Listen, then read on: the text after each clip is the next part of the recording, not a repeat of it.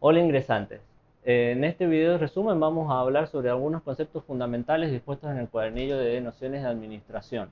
Vamos a empezar por el concepto de administración. ¿Qué es la administración? Es el proceso de diseñar y mantener el trabajo efectuado por un grupo de individuos, y no solamente en forma individual, sino también en trabajo en conjunto, para que lleven a cabo metas específicas de la administración, de la organización, de forma eficiente y eficaz. Lo importante para entender el concepto es la diferencia entre eficiencia y eficacia. Eficiencia es cómo administrar de la mejor forma con los mínimos recursos, y eficacia es cómo desarrollar las actividades de la mejor manera para alcanzar los objetivos. El objetivo de la administración es estudiar el funcionamiento de las organizaciones para que puedan llevar a cabo sus actividades de la forma más eficiente y productiva posible. Y el proceso de la administración, entendiéndose por proceso, la administración como la planificación, un proceso de etapas. La primera es planificación, organización, la que le sigue, dirección y por último control. Bueno, ahora vamos a hablar sobre la unidad 2. Uno de sus principales conceptos es la organización. ¿Qué se entiende por organización? Es aquella institución que está conformada por un grupo de personas que está coordinada y que trabajan conjuntamente en pos del cumplimiento de objetivos. Los recursos que forman parte de la organización podemos definirlos como recursos tangibles, recursos que son los recursos materiales, los recursos humanos, los recursos intangibles, los financieros y los recursos naturales y energéticos. Recursos humanos se entiende por todas aquellas personas que participan en la organización, ya sean los trabajadores que se encuentran trabajando en la parte interna de la organización, como también sus dueños o propietarios, así como también los servicios prestados que han sido contratados por la organización y que pueden ser contratados por otras terceras personas. Es decir, cuando la organización contrata a otras organizaciones o empresas para que lleven a cabo ciertas tareas, como la limpieza, por ejemplo. Los recursos tangibles o materiales son aquellos recursos que se pueden tocar, ver y que utiliza la organización para cumplir con sus objetivos. Los recursos financieros son tanto el dinero como todos aquellos activos financieros de alta liquidez. ¿Qué quiere decir que sean alta liquidez? Que sean fácilmente convertibles en efectivo. Después tenemos los recursos intangibles, que son aquellos diferentes de los recursos financieros y de los recursos materiales. ¿Por qué? Porque no se pueden ver, tocar, ni tampoco medir. Y por último tenemos los naturales y energéticos. Los recursos naturales y energéticos es la energía en todas sus formas que utiliza la organización. Por ejemplo, puede ser energía hidráulica, solar, etcétera, y que por utilizar esa energía para la producción o cumplimiento de sus fines tiene que pagar un precio. Y no solamente esos recursos, sino también el agua, la luz, etcétera. Puede ser incluso luz solar natural. Bien, ahora ya he definido qué es la organización y cuáles son los recursos que componen la organización. Ahora es importante saber qué es la empresa. Empresa la podemos definir como una combinación armónica, activa y permanente, tanto de recursos de capital como recursos humanos, que están dirigidos por un empresario. Ese empresario puede ser una persona física, una persona jurídica, que lleva a cabo actividades de producción o de producción de bienes o prestación de servicios, y cuyo fin principal es obtener una utilidad, una ganancia. Bueno, unidad 3, conceptos importantes a tener en cuenta son los tipos de administradores. Si bien todos los administradores en general se encargan de planificar, organizar, dirigir y controlar, sus funciones dependen también de la jerarquía que ocupan en la organización. Tenemos administradores de nivel superior, que son los ejecutivos, que son los que definen las políticas generales para toda la organización, por ejemplo, el presidente, el vicepresidente, el director general, el gerente general, entre otros. Los administradores de nivel intermedio ocupan un nivel medio en la jerarquía de la organización y se encargan de vigilar el cumplimiento de las políticas de la organización definidas por los administradores de nivel superior. O sea, por ejemplo, tenemos el gerente financiero, gerente de planta, entre otros. Y los administradores de nivel inferior, que ocupan el puesto más bajo dentro de la jerarquía de la organización, se encargan de velar por el cumplimiento adecuado de determinadas actividades de una unidad específica dentro de la organización.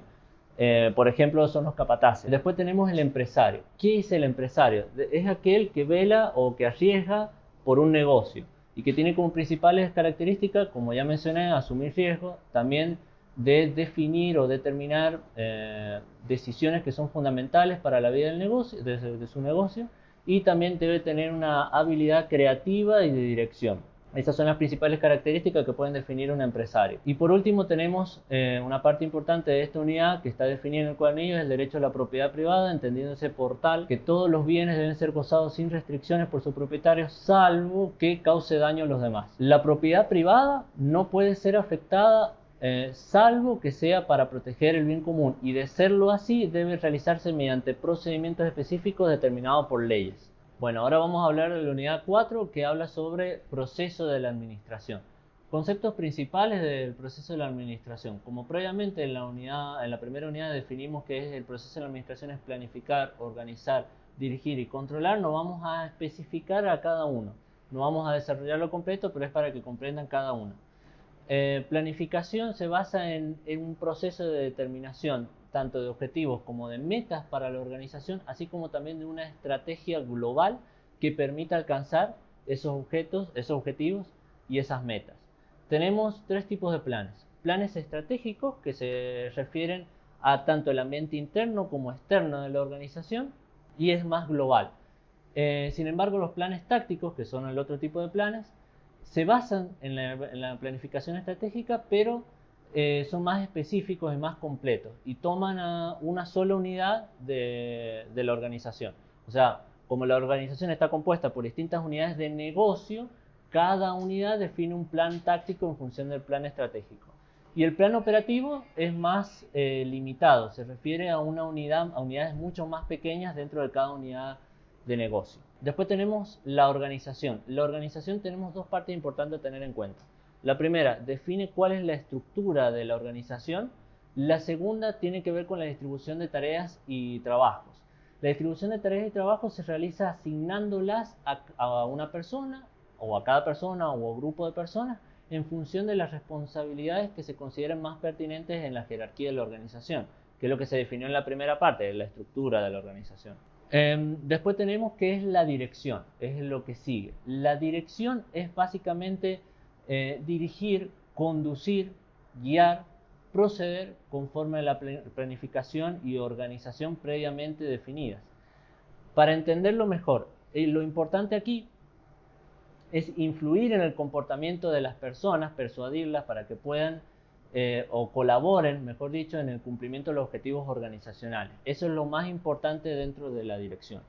Y en el control es supervisar, o sea, esa es la palabra sinónimo, o sea, supervisar que todas las actividades se lleven a cabo conforme a los objetivos, metas establecidas, a la organización y a la dirección. ¿Cómo se procede con el control? Tenemos tres tipos de controles. Controles preventivos, que son antes de que se lleven a cabo las actividades. Controles concurrentes, que son controles que se llevan a cabo a medida que se van desarrollando las actividades. Así que este tipo de control es un proceso continuo. Y por último tenemos los controles que son posteriores al desarrollo de las actividades. El proceso del control, primero, tenemos que definir cuáles son los estándares, que son los objetivos de desempeño. Segundo, tenemos que realizar mediciones. Esas mediciones conforme a cómo se han llevado a cabo las actividades. Tercero, tenemos que proceder a comparar lo que se ha medido con los objetivos de desempeño, que son los estándares. O sea, básicamente es comparación entre lo medido y lo estandarizado. Y por último es la evaluación de los resultados obtenidos en base a esa comparación. Eso sería todo de la unidad 4. Si bien hemos desarrollado las 4 unidades, conceptos básicos y fundamentales de cada una, es importante que no dejen de leer los cuadernillos porque son conceptos muy resumidos. La mejor forma de entenderlos y para darlos en el examen deben estudiar del cuadernillo, y cualquier duda o pregunta que tengan deben realizarla a sus profesores del cursillo, que se realiza por el foro en el campus virtual, y como hayan procedido los profesores para que contesten las preguntas. Muchas gracias, les deseo suerte en los próximos exámenes.